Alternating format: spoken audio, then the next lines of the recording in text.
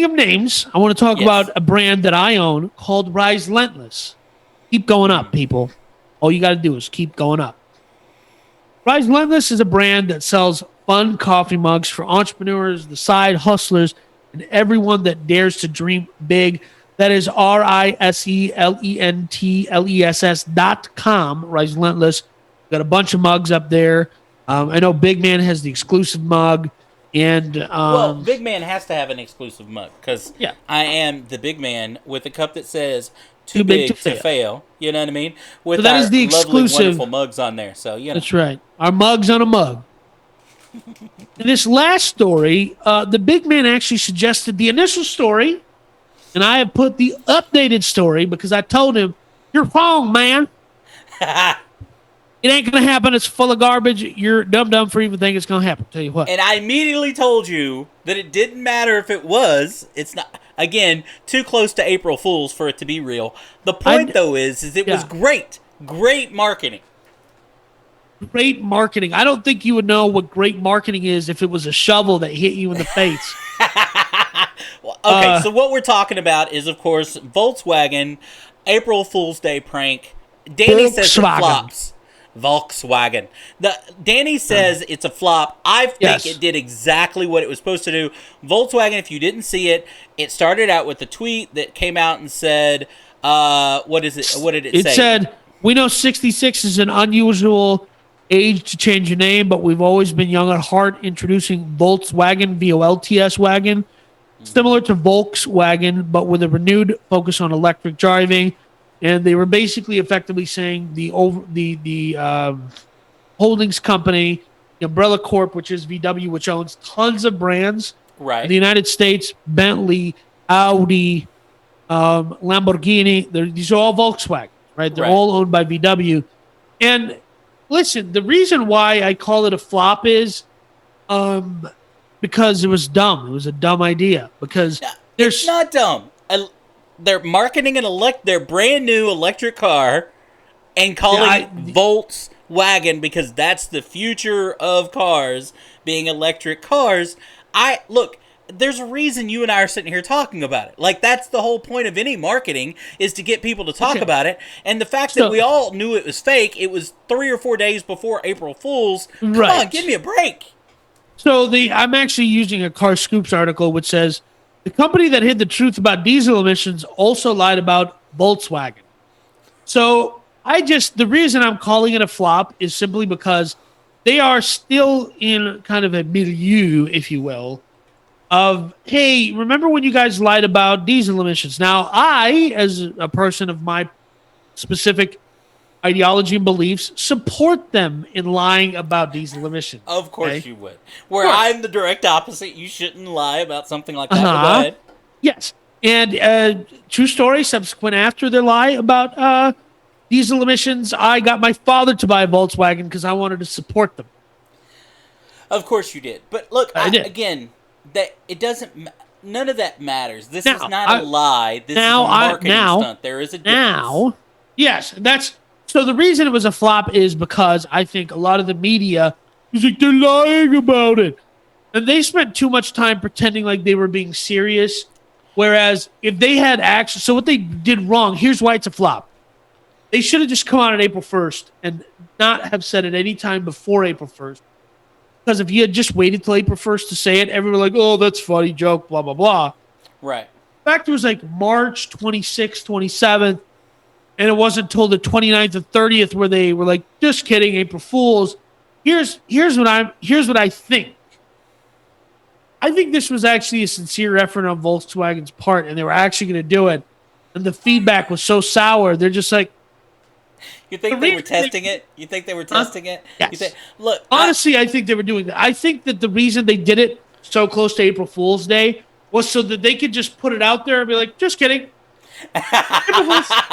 Well, there's better ways to means test things than that. But look, I do think that was it pulled off great. Like, if they would have just tweeted it out and just left it, right, for the 4 days, right? Like, just left it and then come out April Fools and been like, April Fools. They should have pinned the tweet and just left it. And then on April 1st, not respond to anything. On that April 1st, quote tweet it, and then say April Fool's. Now, I think the April Fool's joke was a flop.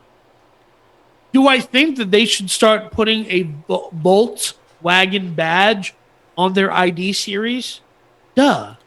Well, okay, but again, to me, that is where they jacked up. Because they kept, like you said, they kept releasing little tidbits of information like they were really going to do it. Like, okay, there's a badge. We're going to not put Volkswagen on it. We're going to put, what is it, V something else. Well, yeah. So they have Volkswagen recently did a little bit of a rebrand, came out with a newer VW logo, which is just the old VW logo, but instead the W doesn't touch the bottom of the circle. Yeah, it goes with the same GM logo we talked about, where they just made it lowercase instead of, and they go with this light blue. They're all going with this light blue, like that's electricity, right? Yeah. So they're all going dark colors to light colors. No, thank you. I'm uninterested. But that being said, I do think sincerely that they were just testing the waters to see what would happen if they did this. I don't think they should change the name of their American business to Voltswagen. That's stupid. We already pronounce it Volkswagen effectively. We pronounce it that way anyway. Because we are not German, we are not Volkswagen, Audi. We don't say stuff like that, okay? Right. So I do think, though, I'm not the one doing the accents on this show, but go ahead. Yeah, that's fine. You can email me. It's danny@upyoursclub.com. And I have a boilerplate response which just says up yours. Right.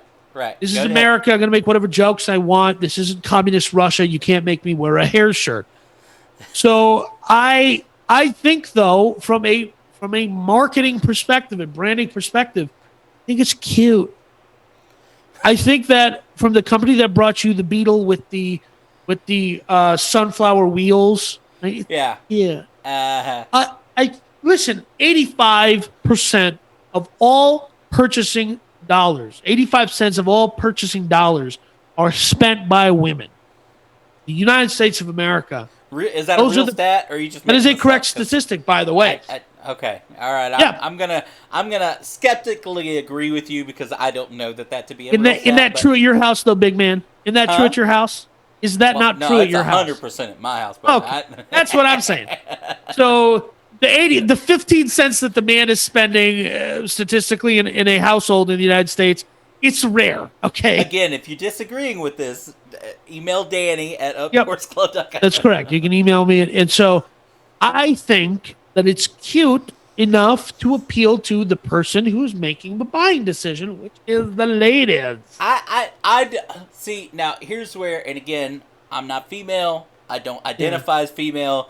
I don't know anything. I didn't even remotely think about that it was cute in that way, that it in any way relates to women at all. Yeah, so I have one sister, and I have, I used to have a lot more female cousins. I'm down one now. May she rest in peace. But I've spent a lot of my summers with a lot of my lady cousins, and I kind of grasp what's going on up there. It's not a lot. But I'm kidding. It's really funny because my younger female cousins all have various doctorate degrees that I don't like. If you're about to make a statement that my best friend is black or because I have female cousins, I believe this. Just don't. It's called mansplaining. It's not going to go over well. If you say mansplaining one more time, just one more time on this podcast, not this any episode in the future, I'm out. I quit. I will quit.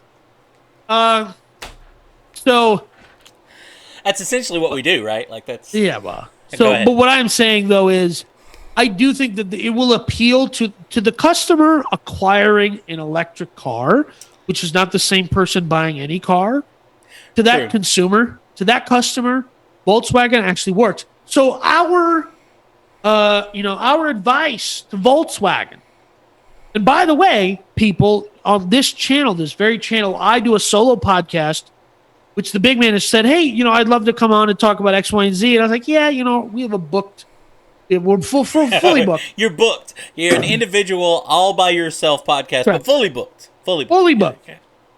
I do Carspiracy on this channel, and I talk about cars. So if you're somebody who's interested to hear more of my genius and correct opinions about cars, you can check That's it not out. a concept I would try to sell. Just sell that you're talking about cars, and if you want to know about cars, yeah. tune into the podcast. Don't put yourself as the Okay. Like look, one good thing that came from this Volkswagen, and yes, absolutely, tune into Danny's Carspiracy. It's actually, believe it or not, beyond all belief, it's actually a really good show.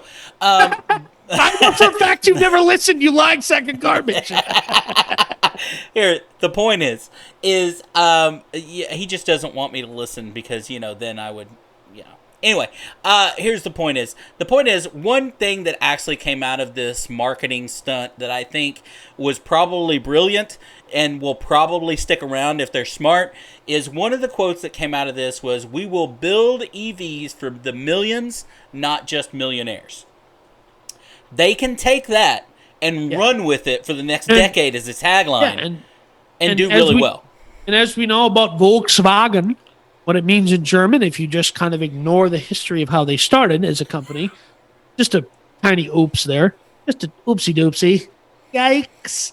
But what are you going to do? Like, Subaru and Mitsubishi are two companies that used to make these planes that crashed into Pearl Harbor, and America still loves buying their cars. Well, exactly. Subarus, Mitsubishis are dumb. That's just my opinion. I will do an episode about how I can fix them. But I think that tagline could do well. Yes, is all I'm saying. So that I do think they're called the people's car. That's what it means in German. So I do think that they have, and they're actually like I said, I got my dad to buy one, and he loves it.